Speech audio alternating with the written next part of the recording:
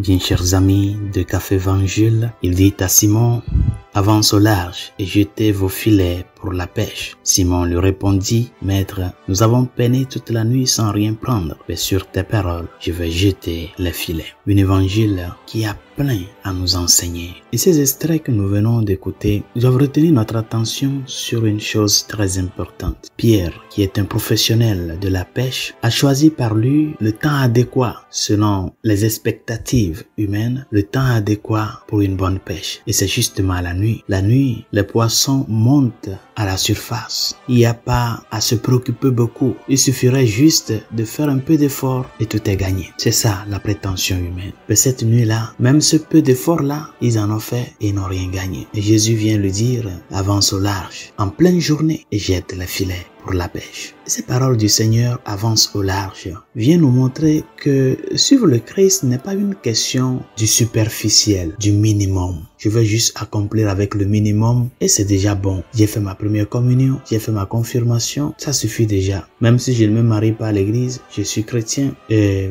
du moins j'ai reçu le sacrement d'initiation. Actuellement, je n'ai plus tellement le temps pour pratiquer la foi. On peut toutefois chercher à se limiter au minimum. Mais les paroles du Seigneur avancent au large nous montrent que la vie chrétienne demande plus que le minimum. C'est une vie qui exige. Le Seigneur demande à Pierre de ne pas se limiter à la stratégie du superficiel, mais d'aller au fond, de jeter les filets jusqu'au large, jusqu'au fond, là où les poissons sont cachés, d'aller jusqu'au tréfonds de la mer pour la pêche. C'est ce que va être la vie de Pierre. Aller jusqu'à ce tréfonds avec l'évangile, jusqu'à donner sa vie pour le Christ. Lorsque vous marchez avec le Seigneur, bien chers amis, faites tout de votre possible pour tout donner comme il a fait. Ne vous limitez pas au minimum et ne vous laissez pas prendre par la stratégie de ce monde qui, de par ses propositions, de par ses offres, te dit, toi tu as déjà garanti le ciel, maintenant fais ta vie comme tu le veux. Ce n'est pas ça.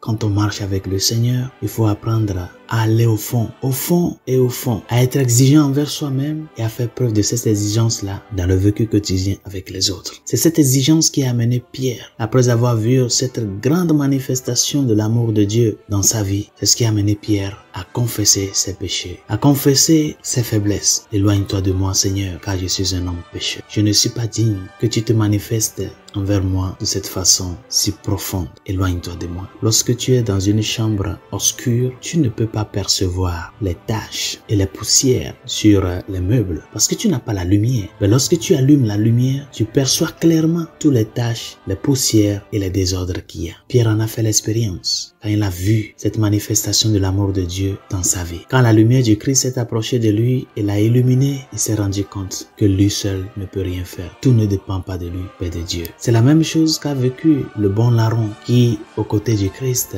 avec cette lumière de la passion du Christ, a reconnu sa faute. Seigneur, rappelle-toi de moi lorsque tu seras dans ton royaume. Oui, chers amis, si vous voulez vous connaître, si vous voulez vraiment savoir la vérité de qui vous êtes, fixez le regard sur le crucifié. Regarde-le et regarde-toi. C'est en cela que cette lumière qu'il t'apporte, quand tu la sais, quand tu te fais petit, cette lumière va te transformer de ce pécheur que tu es en un pécheur d'amour, de gratitude et de bien pour les hommes et pour le salut de tout un chacun. Bonne journée, Dieu vous bénisse.